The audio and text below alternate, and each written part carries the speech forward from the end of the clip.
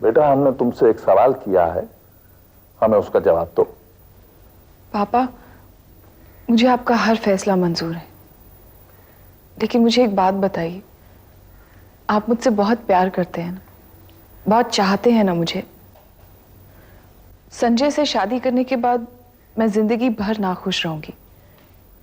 अगर ये आपसे बर्दाश्त है तो मैं वही करूंगी जो आप कहेंगे।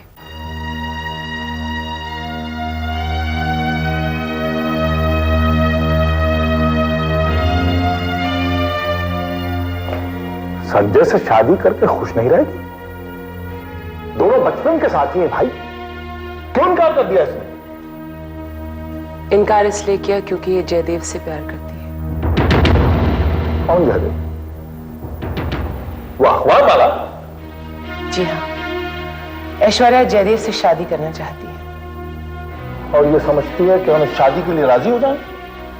राजेश्वरी उसे समझाइए कि यह नामुमकिन है। शादी एक ऐसा बंधन है जो दो इंसानों को नहीं बल्कि दो खानदानों को जोड़ती है। इसकी शादी संजय से ही होगी। जब से चौहान साहब आपके खिलाफ इलेक्शन में खड़े हुए हैं, आप उनके दुश्मन हो गए हैं। फिर अचानक ये रिश्ते की तरफ जोर क्यों दे रहे हैं आप? राजेश्वरी, चुनाव अपनी जगह है, रिश्ते अपनी जगह। चुनाव का नतीजा जो कुछ भी निकले, उससे हमारे संबंधों पर असर नहीं पड़ेगा।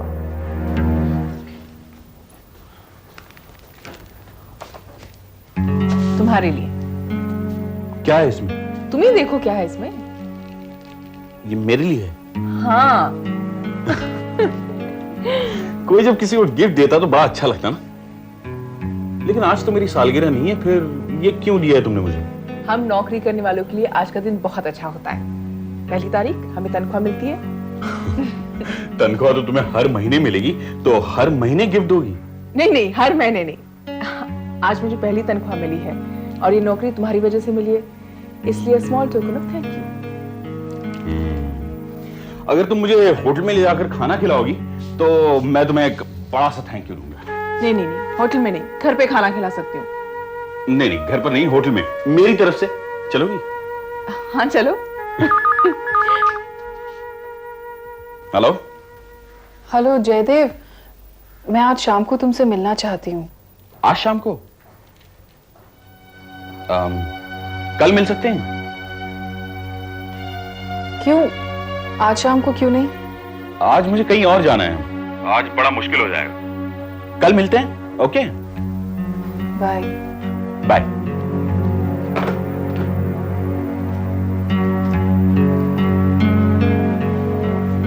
अगर तुम्हें किसी से मिलना है तो हम कल जा सकते हैं।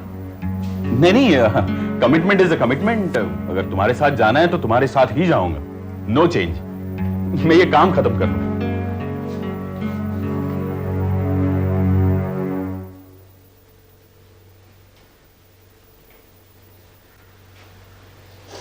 उदास मत हो, किसी न किसी तरह हम तुम्हारे पापा को मना लेंगे।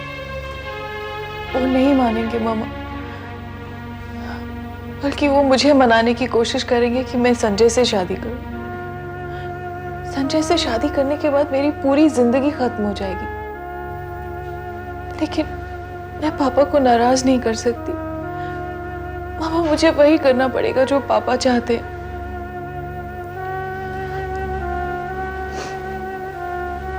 बहुत चाहती हो जयदेव को? क्या वो भी तुमसे ब्याह करना चाहता है?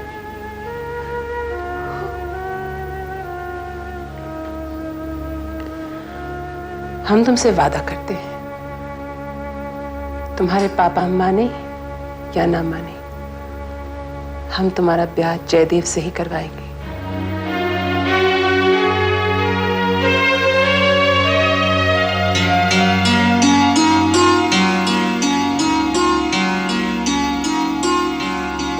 शांति ओम शांति ओम शांति शांति शांति ओम शांति शांति शांति।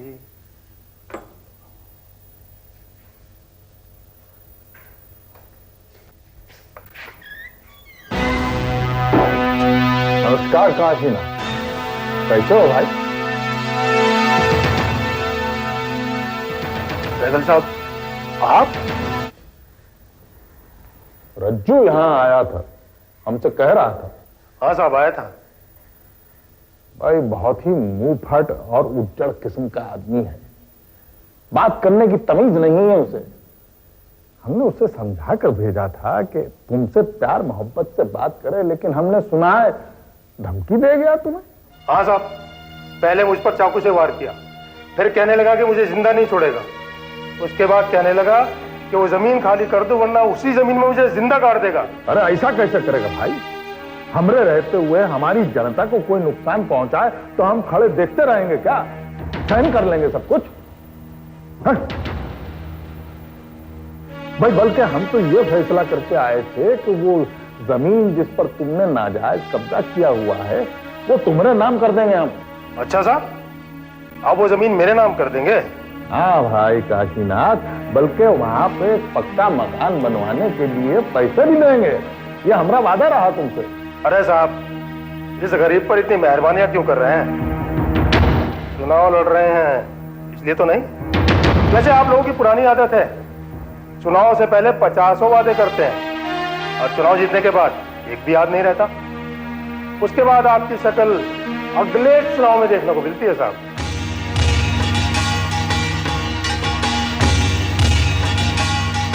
बहुत बढ़ चढ़कर बोल रहे हो काशी, इतनी समझ और हिम्मत कहां से आई तुम्हें?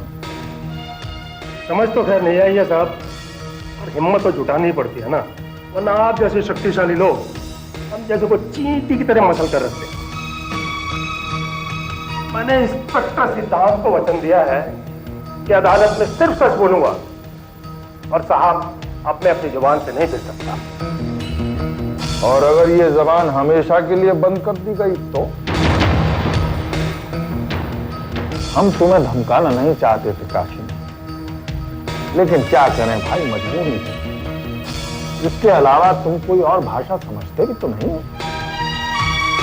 हम तुम्हें प्यार से समझाने आए थे, ये वादा करने आए थे कि भाई वो जमीन हम तुम्हारे नाम कर देंगे, लेकिन बात तुम्हें समझ में नहीं आई।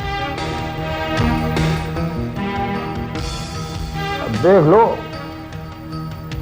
तुम सारी जिंदगी गरीबी की दलदल में पड़े रहना चाहते हो, और फिर जिंदगी भी कितनी जियोगे ये तो ऊपर वाला ही जानता है। चलते हैं।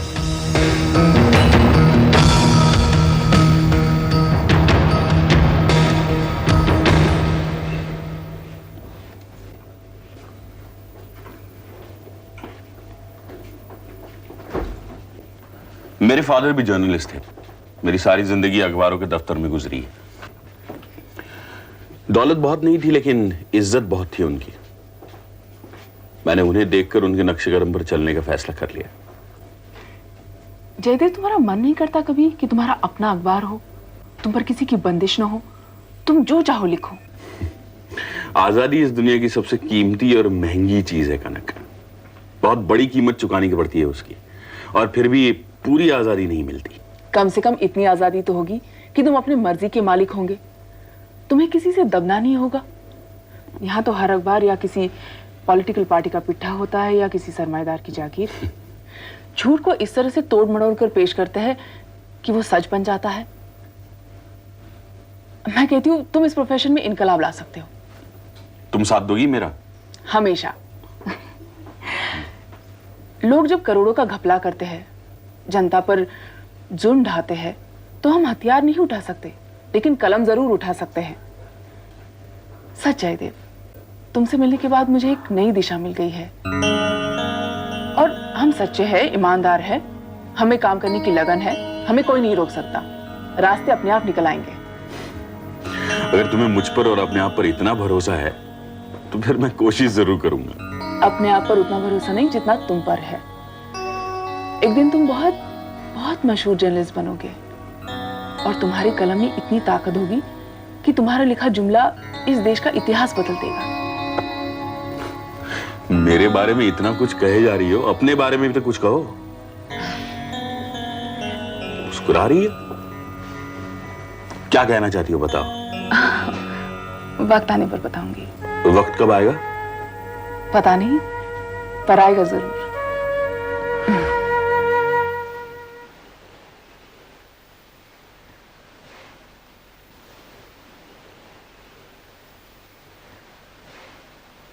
हम आपसे ऐश्वर्या के बारे में कुछ बात करना चाहते हैं।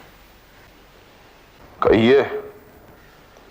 हमें लगता है संजय के साथ उसकी शादी की जिद करके आप उसके साथ बहुत ज्यादती कर रहे हैं। राजेश्वरी, अगर हम चाहते हैं कि हमारी बिटिया की आने वाली जिंदगी खुशहाल हो तो क्या ये ज्यादती है? अगर आप यही चाहते हैं कि उसकी जिंदगी खुशहाल रहे तो फिर उसकी शादी जयदेव के साथ करवा दीजिए। राजेश्वरी, हम कह चुके हैं ये मुमकिन नहीं है। क्यों नहीं है? जब नरेश उस लड़की के साथ शादी करना चाहता था और आपने मना किया, बिल्कुल सही किया। लेकिन जयदेव एक पढ़ा लिखा और इज्जतदार आदमी है। अखबार के एडिटर की हैसियत से उसका एक रुतबा भी है। बस रुपयों पैसों की कमी है जो हम पूरी कर सकते हैं। वो कैसे? देखिए ना, आप हमेशा से चाहते थे कि आपके खुद का अखबार हो। अब हो सकता है, जयदेव उसे चला सकता है। आप चाहें तो जयदेव आपका बिजनेस पार्टनर हो सकता है। सोचिए ना, सब कुछ ठीक हो जाएगा। हमारी बेटी को उसका मनचाहा जीवन साथी मिल जाएगा और रुपयों पैसों की कोई कमी नहीं होगी। अगर आप ऐश्वर्या खुश देखना चाहते हैं तो प्लीज हमारी बात पर गौर कीजिएगा।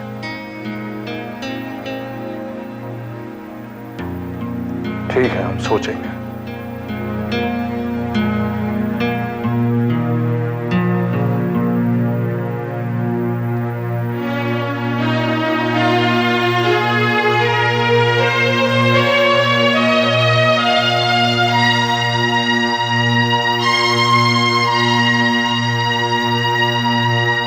सर, आज अदालत में काशीनाथ के मुकदमे की सुनवाई है। काशीनाथ जब अपना बयान दे देगा उसके बाद हम लोग सहगल साहब के खिलाफ गिरफ्तारी का वारंट इशू कर देंगे। तुम बहुत ही अहम और खतरनाक कदम उठाने जा रहे हो सिद्धांत। अगर हम कहीं भी चूके तो पुलिस डिपार्टमेंट पर उंगलियां उठाई जाएंगी, याद रखना। उसकी नौबत नहीं आएगी सर। ये केस मैंने पूरी तरह तैयार किया है। इस बार रज्जू भाई और सहगल साहब दोनों का बच पाना मुश्किल है। I am sure about it. Sir, Kashinath नाम का आदमी आया है। हाँ, उससे कभी बाहर रुके, मैं थोड़ी देर में आके उससे मिलता हूँ। जी, वो आपसे नहीं, बड़े साहब से बात करना चाहिए। भेज दो उसे।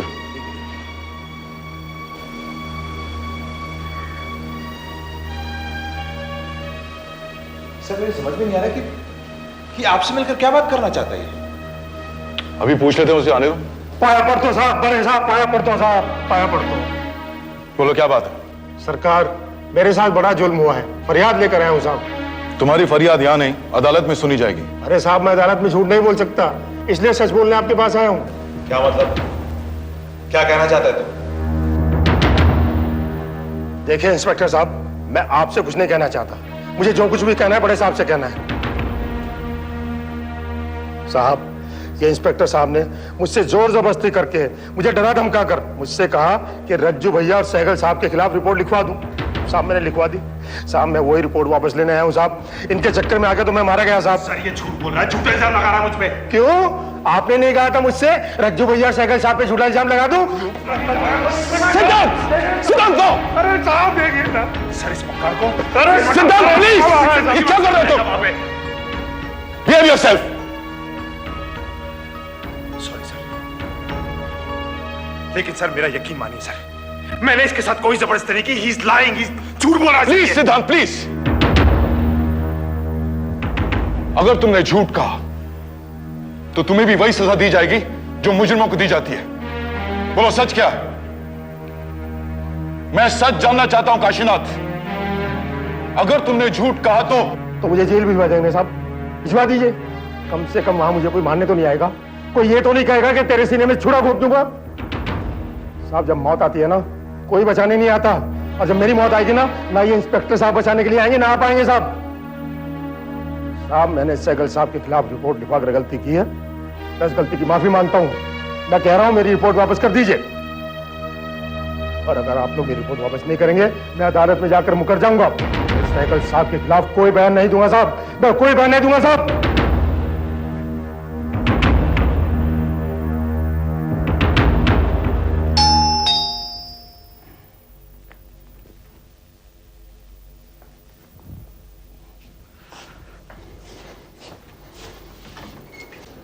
नमस्कार जय बाबू। सैगल साहब, आप भाई हमें देख के आपको हैरानी तो हुई होगी। आप जैसे महान हस्ती को दरवाजे पर खड़ा देख हैरानी किसे नहीं होगी। अरे महान तो आप भी बन सकते हैं अगर चाहें तो। आइए बैठिए। घर में और कोई नहीं क्या?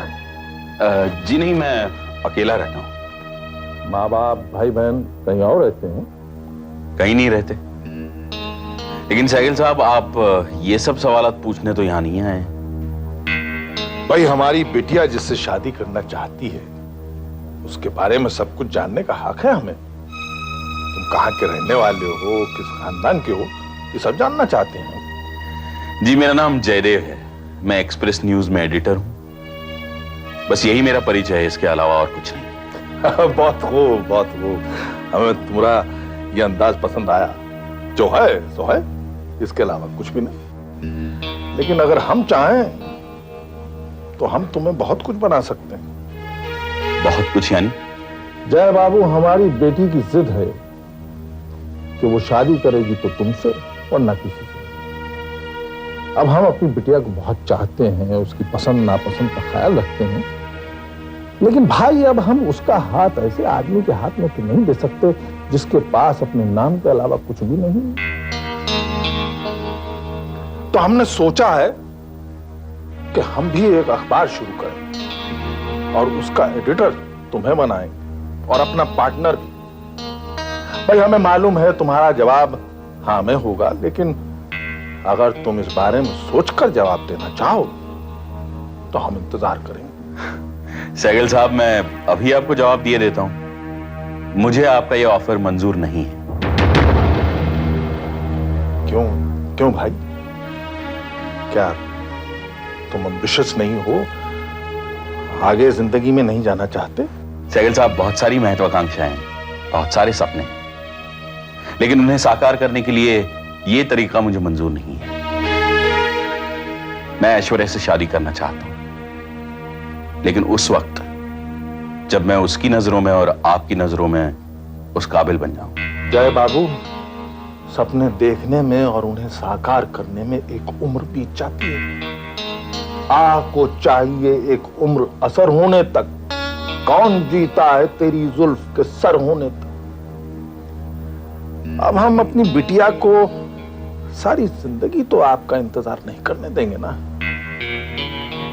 और आज के बाद अगर आप उससे नहीं मिलेंगे तो हम आपके शुक्रगुजार होंगे।